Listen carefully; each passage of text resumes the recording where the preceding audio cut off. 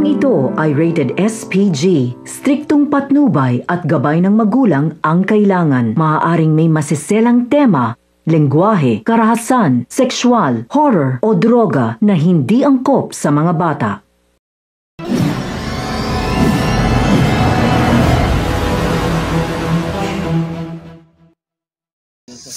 Hello guys, magandang umaga po sa inyong lahat. Sa mga sandali pong ito, ako po ay narito ngayon sa Sitio Ulila, Barangay San Jose, Santo Tomas City, Batangas.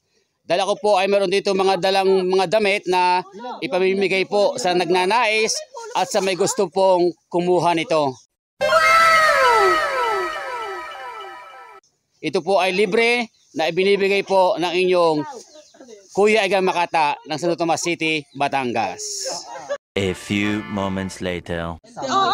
Si Mama po. So yan po, at sa mga oras na ito, yan po ay isang bimig pong sako ang dala kong mga damit. Dahil yan po ay gayak na ititinda, ay hindi na po napatinda. Dahil yung magtitinda niyan ay nagtrabaho na. So yan po, sila po sa mga oras na ito ay namimili ng mga damit na sukat sa kanila.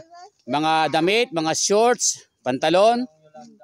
So yan po ay pinipili nila yung nais at gusto nilang kuhanin dito po. So yan po, kasalukuyan sila po ay namimili sa mga sandaling ito. Yan po ay malilinis, yan po ay magaganda. A few moments later. At patuloy po nga inaalawas yung mga damit na dito galing po sa sako. So yan, patuloy po silang mimili ng mga gusto nila. At yung pong hindi na po nila magugustuhan at mapipili, yan po ay dadalhin ko sa gawaan po ng motor. Diyan po sa tapat po ng SM Santo Tomas City, Batangas.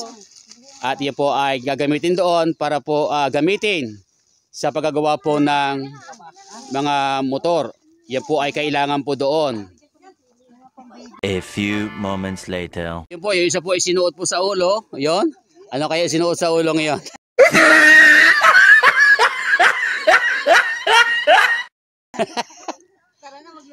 Kaya po ako babalik dito ay ibibigay ko po ibibigay po sa kanya po yung mga baru-baruan, yung mga gamit po ng bagong panganak.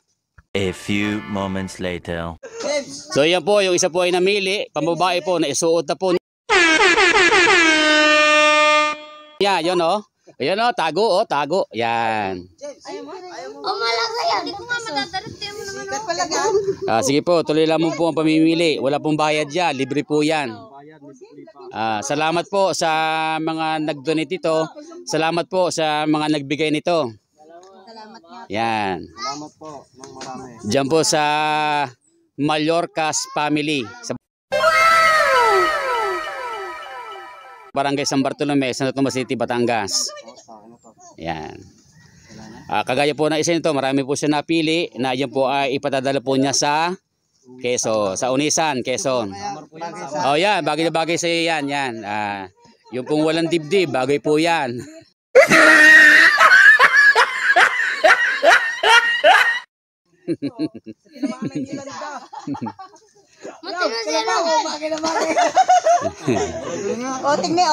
So yan po, at patuloy lang kayo mamili sa mga oras na ito. Libre po yan, wala po yung bayad.